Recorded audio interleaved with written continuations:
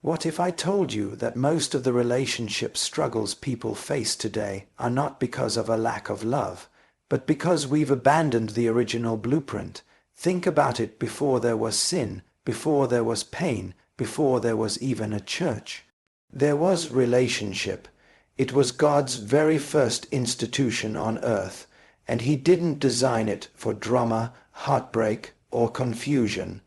He designed it as a reflection of heaven itself, pure, powerful, and purposeful. But here's the tragedy. We live in a world that has redefined love to mean whatever feels right in the moment. We've traded covenant for convenience, purpose for pleasure, and God's order for human opinion. The result? Homes filled with tension, marriages ending before they begin, friendships built on competition instead of trust. I remember meeting a young couple who were deeply in love, but within a year they were bitter strangers. Not because they didn't care, but because they were building with the wrong materials. You cannot expect kingdom results using worldly blueprints. Relationships are like a house. No matter how beautiful the design, if the foundation is cracked, the whole structure will collapse. And too many people are trying to decorate a house God never built. Today, we're going back to Eden, back to the moment before the fall, to rediscover how God intended relationships to function so you can build something that lasts, something that multiplies, something that brings glory to Him. If you're ready for change, make sure you like, share, and subscribe. Someone else's freedom might be waiting on your breakthrough.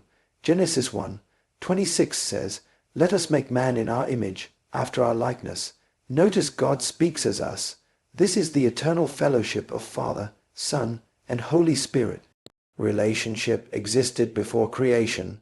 The Trinity is the purest model of unity, love, and honor. When God made mankind, He was essentially saying, "I want earth to see what heaven looks like." That's why the enemy's first attack was not on Adam's career or possessions, but on his relationship.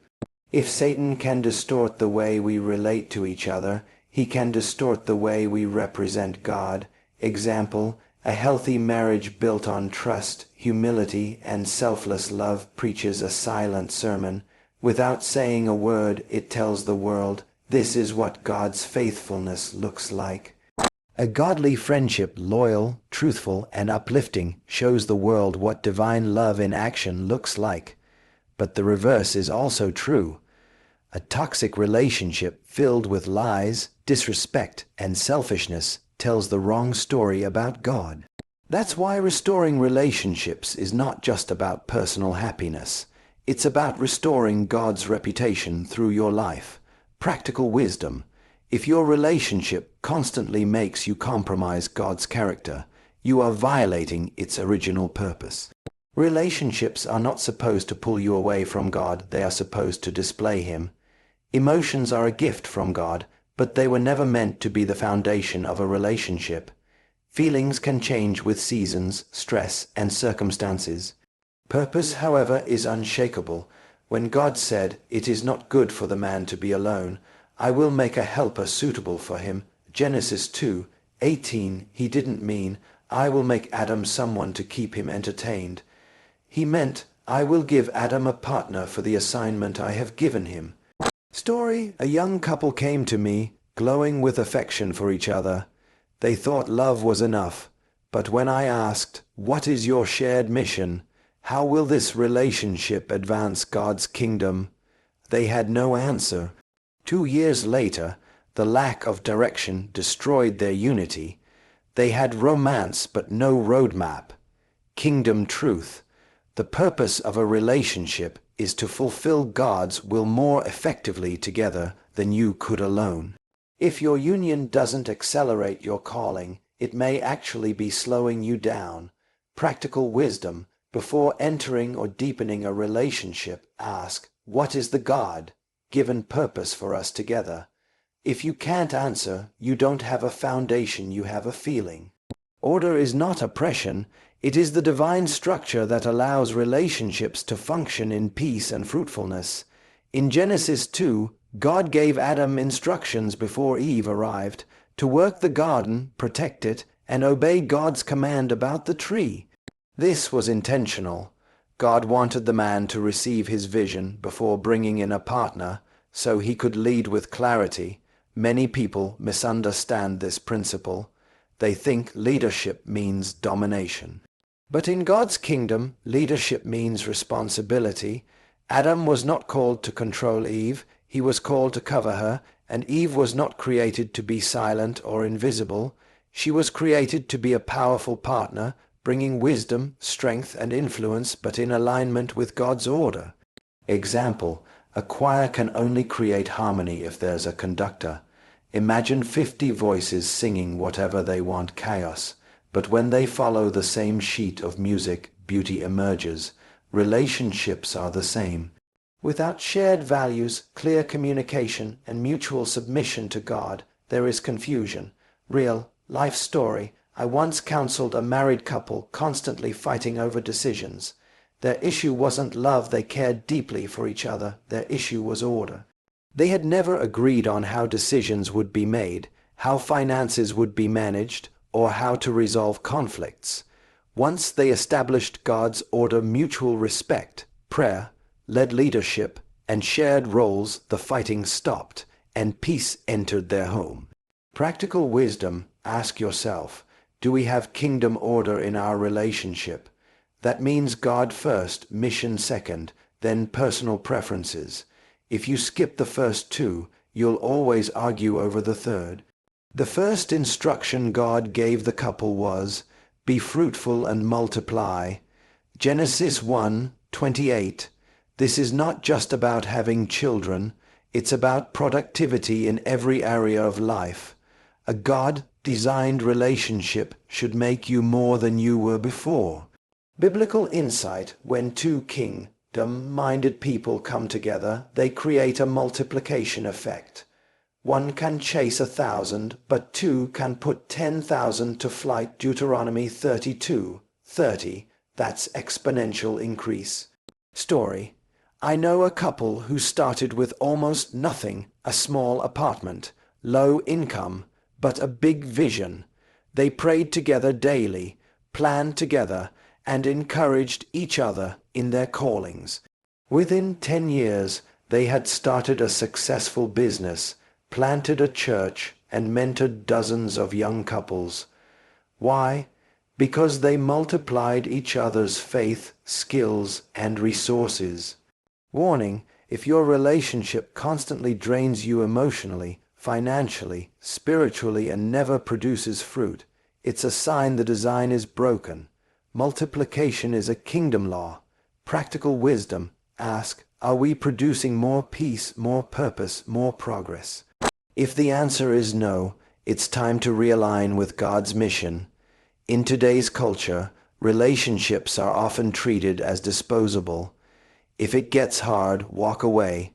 But God's blueprint was covenant, a binding commitment rooted in love, faithfulness, and sacrifice. Biblical example: God's relationship with Israel was covenantal. Even when they rebelled, he pursued them. Marriage, friendship, and spiritual partnerships should reflect that same steadfastness. Story: I met an elderly couple married for over 60 years. I asked their secret. The husband said, we made a decision that divorce was never on the table, so when things got tough, we worked through them. That's covenant thinking, not stay as long as I'm happy, but stay because God joined us. Practical wisdom: before entering a deep relationship, ask yourself, am I willing to commit beyond feelings? Can I honor this person through seasons of difficulty? If the answer is no, you're not ready for covenant. Before sin, Adam and Eve were naked and unashamed. Genesis 2:25. There was no fear, manipulation, or abuse. Relationships were safe spaces for vulnerability, encouragement, and healing. Reality: many today carry wounds from toxic relationships that should have been sources of love, but became sources of pain. But God's intention was that your closest connections would be the most life-giving part of your existence. Story: I know a man who came from a broken, abusive home. He told me that marrying his wife was one of the greatest healings God gave him. Her love, patience, and kindness became a mirror of God's grace. Practical wisdom: if your relationship constantly breaks you down, it's out of alignment with God's design. In kingdom relationships, correction comes with compassion, truth comes with love, and boundaries come with respect. Amos 3:3 asks, can two walk together unless they are agreed? Spiritual agreement is not optional, it is essential. If one person is running toward God and the other is running in the opposite direction, you are bound for conflict. Story: a young woman once told me she married a man hoping he would find God eventually. 10 years later, she was spiritually exhausted, raising children alone in the faith, because she built on hope instead of obedience. Practical wisdom: don't enter a relationship with the intention of fixing someone spiritually. Walk with those already walking in God's direction. Agreement in values, faith, and calling is non-negotiable for kingdom alignment. The ultimate purpose of relationships is to glorify God. 1 Corinthians 10:31 says, whatever you do, do it all for the glory of God. If your relationship points people to Christ, it fulfills its purpose. Story: I once met a couple who said, our marriage is our ministry. Everywhere they went, people saw kindness, unity, and joy. Strangers would ask about their secret, and they would share about Jesus. Practical wisdom: every day ask, does the way we speak, act, and treat each other reveal God's love? If not, it's time to recalibrate. Relationships are not accidents. They are divine assignments. If you follow God's blueprint, you'll find joy, peace, and purpose. But if you ignore it, you'll find pain and frustration. Today, I challenge you, go back to Eden, go back to the original design.